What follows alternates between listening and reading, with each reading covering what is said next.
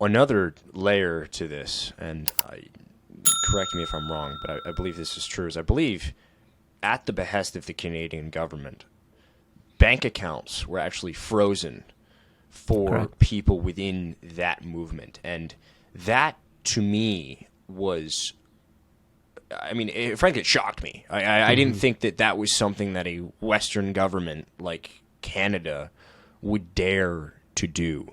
And that was when one of the many moments where I said, okay, things are shifting here, and we need to talk about them, and we need to discuss them. And, back to the beginning of the podcast, why start a podcast? Why have these conversations? Yeah. Well, because I think these issues need to be discussed. And that was in my opinion, one of those pivotal moments. So what do you think about that? Yeah, I wrote the Prime Minister a letter about when the Emergencies Act was enacted here in Canada as a result of the Freedom Convoy. Now, I need to be clear that the Freedom Convoy entered into a phase where there were blockades at borders and there were protests at borders, and that had major national security implications, free flow of goods, economic impact.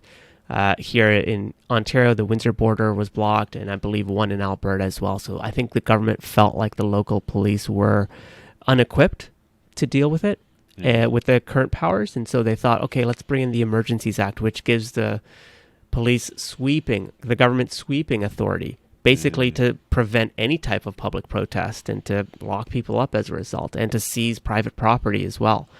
That to me violated every single charter right that we have as individuals. And I wrote the Prime Minister and I highlighted in the Charter of Rights and Freedoms what charter rights it violated. What's interesting is it was enacted after the blockades were coming down, and then it was voted.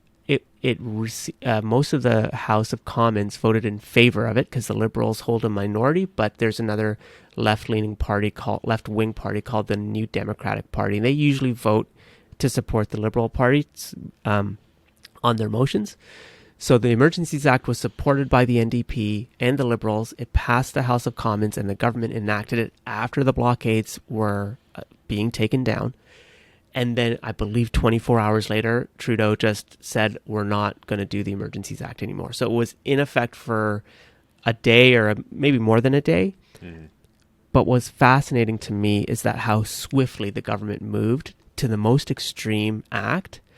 And in a heartbeat, it turned Canada, again, in my opinion, from this free country into exactly what Orwell mentioned in 1984. It's like, there is the thought police, and it is very real. Like, I can't tell you, when those bank accounts were frozen, it was because someone found the donor list, posted it on Reddit, and government just matched up the names.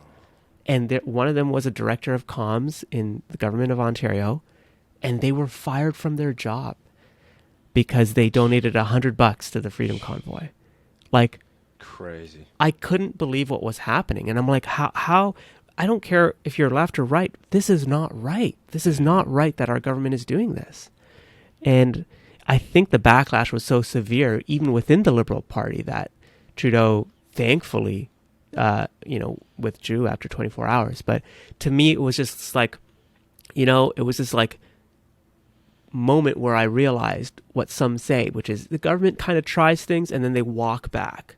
They try things, they see what's palpable, and then they walk it back. And this was a case where I thought the government really tried, and a lot of people in Canada, Nate, still believe they were within their rights to do it. Yeah.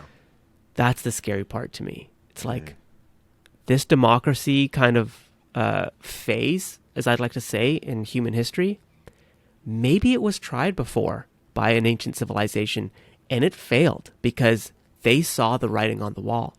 Maybe we're trying it again, and we're running into the same issues. Because personally, I don't know what democracy holds for a human civilization in 100 to 200 years from now.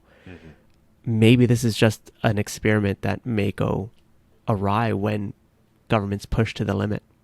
Yeah. No, quite the I mean, the Orwell box is very deep. Yes. So yes, that one is, it is. it's perhaps the comparisons to 1984 are overdone. However, I would say nowadays it's difficult to make that case because there are things. Yeah. I think Elon said this. Every conspiracy theory for the past 2 years basically came true, which isn't necessarily true, but the general sentiment was basically true, and that's crazy. I mean, to live in that period of time.